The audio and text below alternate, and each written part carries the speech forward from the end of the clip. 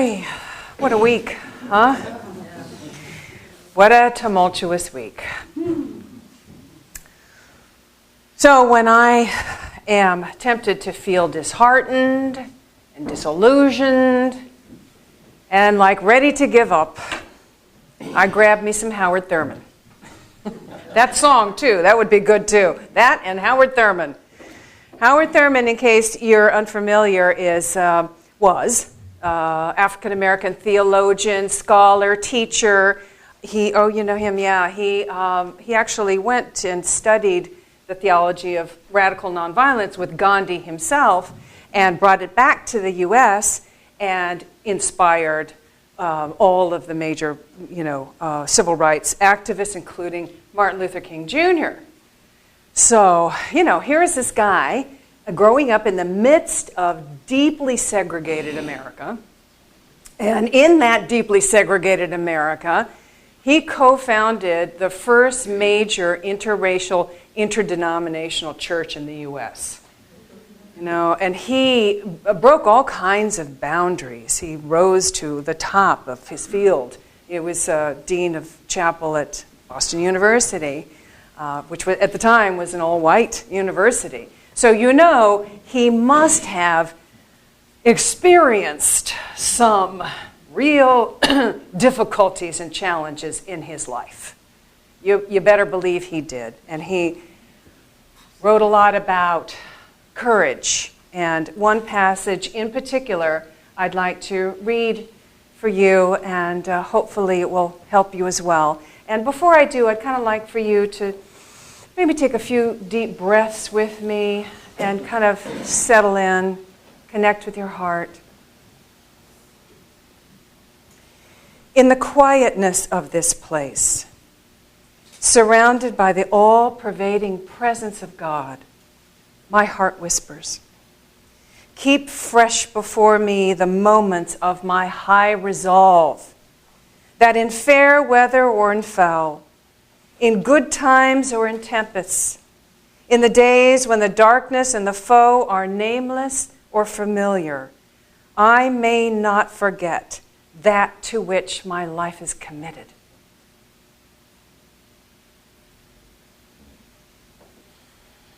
In challenging times like this, when it feels like the world around us is just not making sense, or maybe we've worked so hard for something that has failed spectacularly, it's tempted to forget that to which our life is committed, right? And get sucked into the energy of anger, fear, overwhelming sadness, and almost feel like, where's the light? And not that we shouldn't feel our feelings. Absolutely we should. And grieve, absolutely. For a few days, or a week, or however long it takes.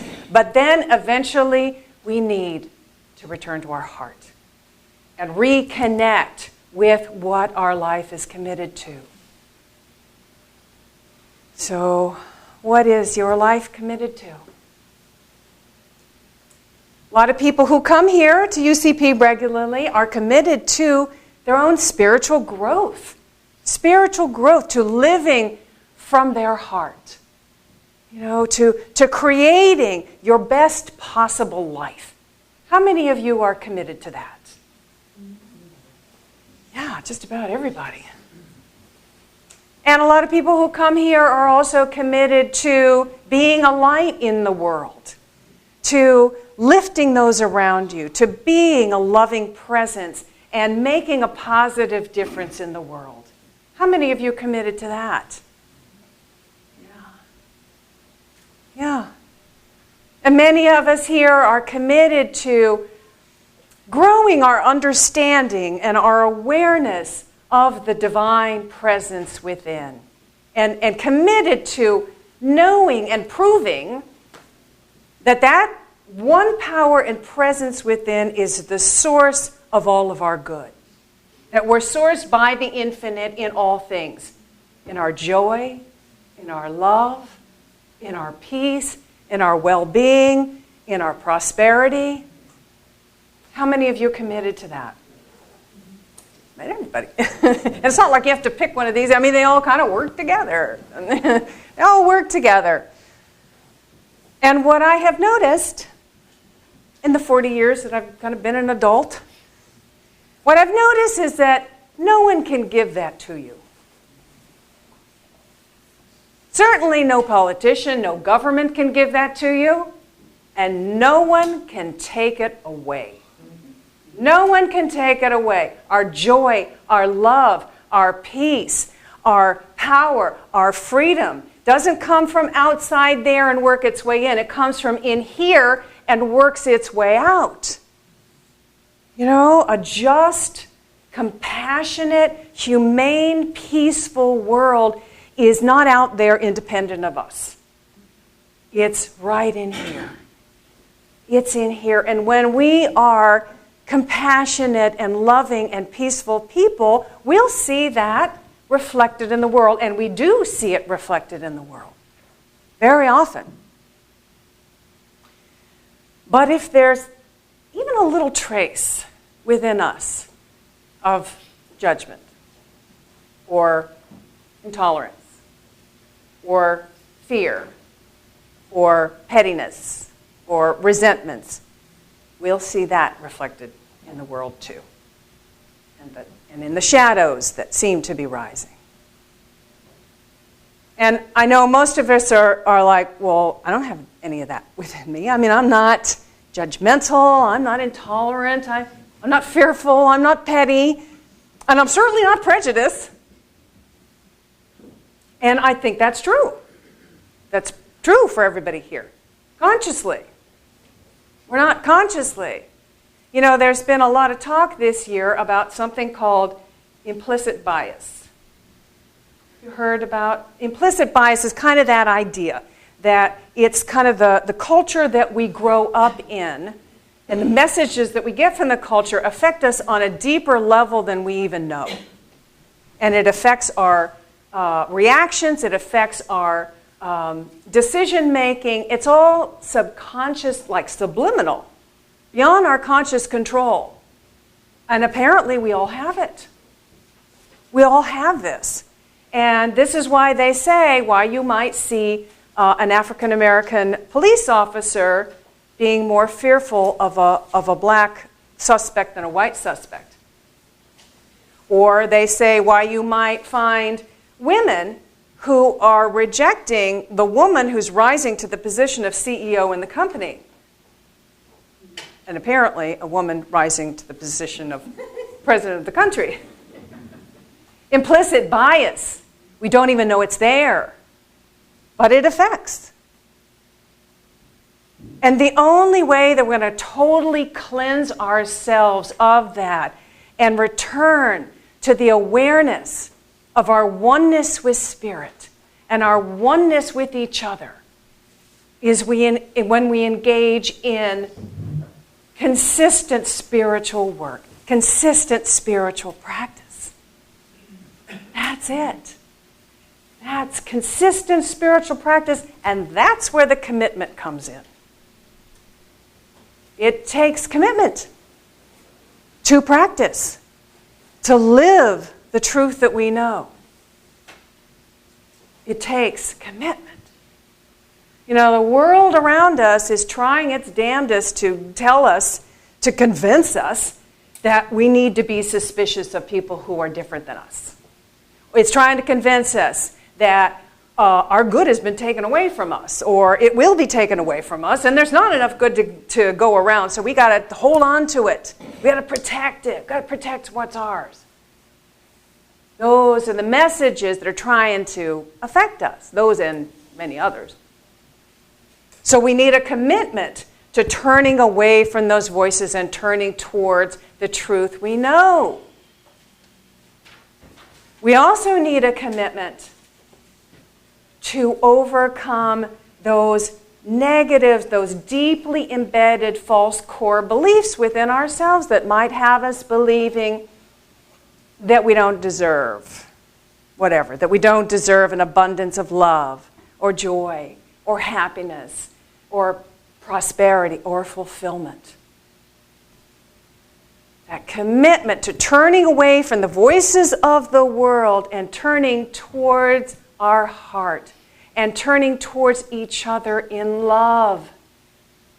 That's it. That's the key. Turning towards each other, everyone in love. That's the cleansing power. That will cleanse us of all of that stuff and keep us centered in the awareness that we know and to be the light that we really want to be.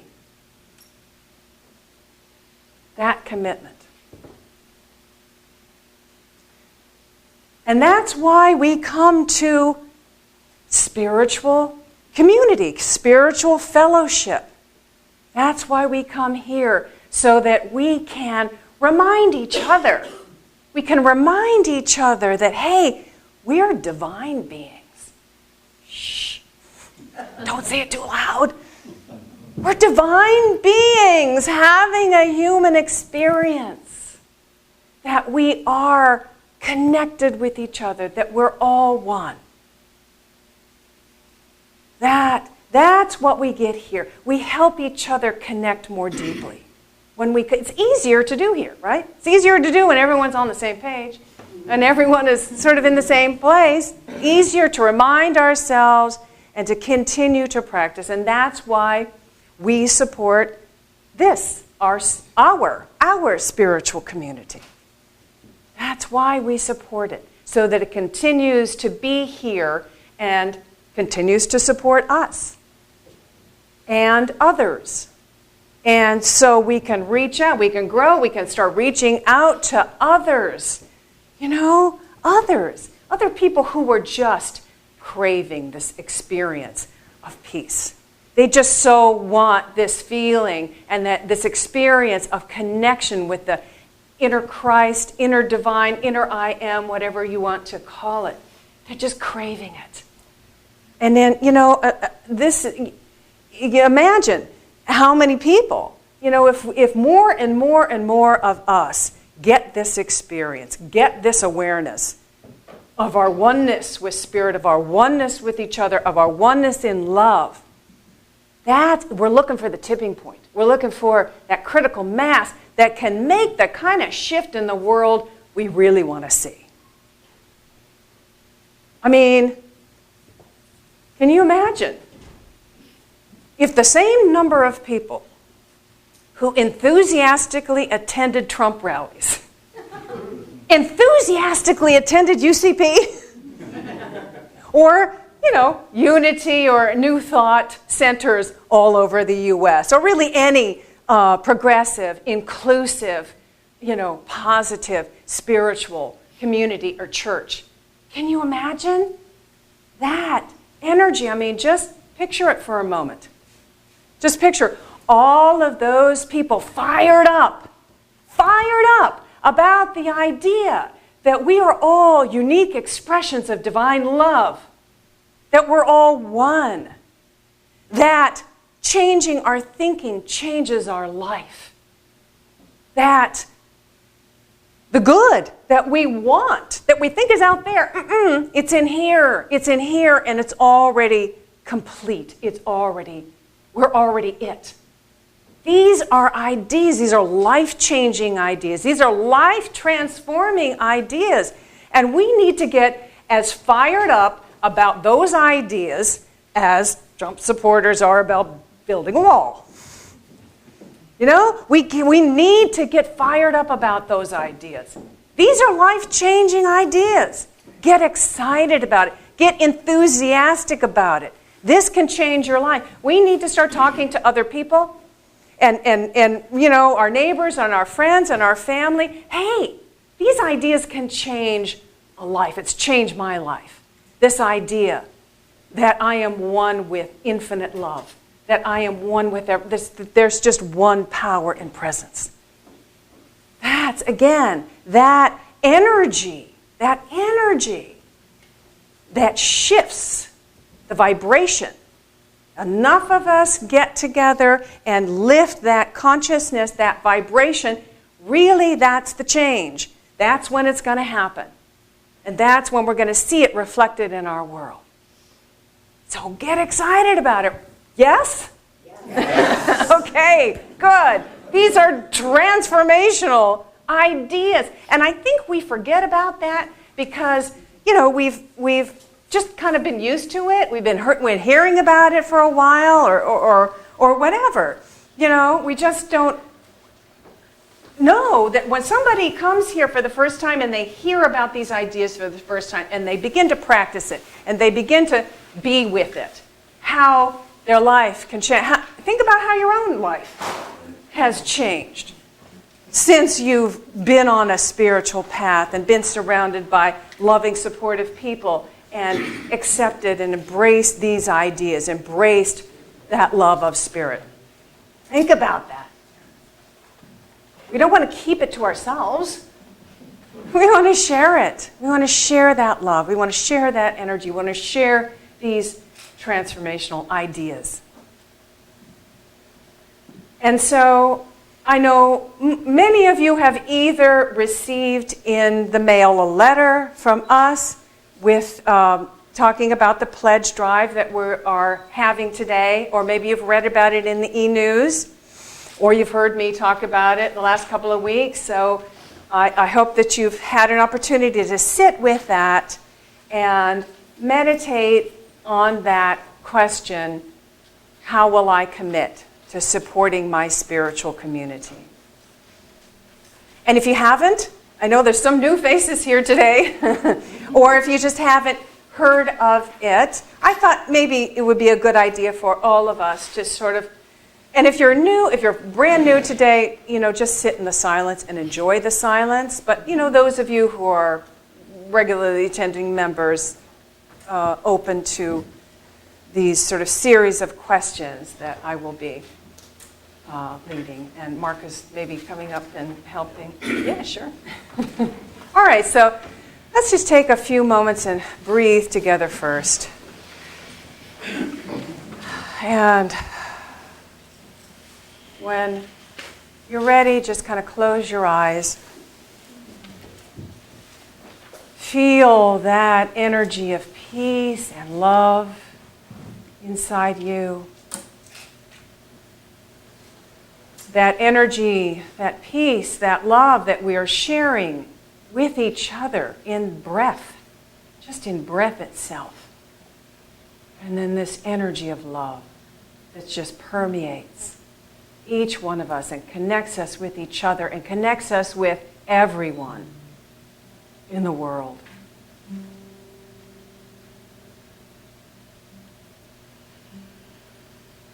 Take a deep breath and think about what your own spiritual growth means to you. How important is that to your life?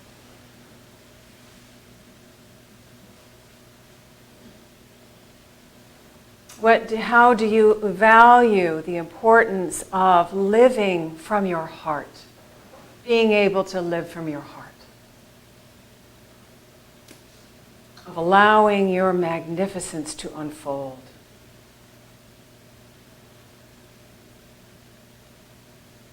Of living your best possible life. How important is that to you?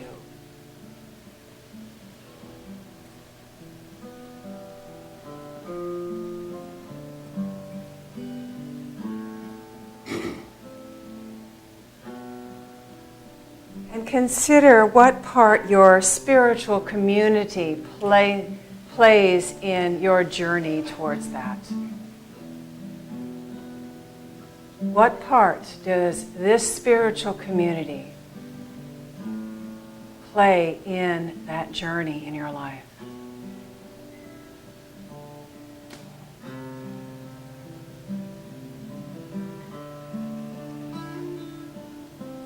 And consider what part you want to play in the co-creation of this community. In the co-creation of this spiritual community.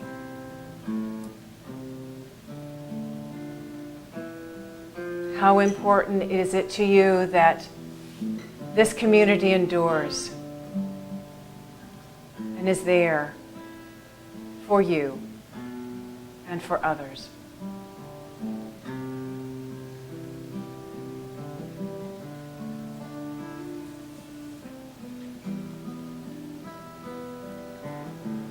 In the quietness of this place, surrounded by the all-pervading presence of God, my heart whispers, keep fresh before me the moments of my high resolve.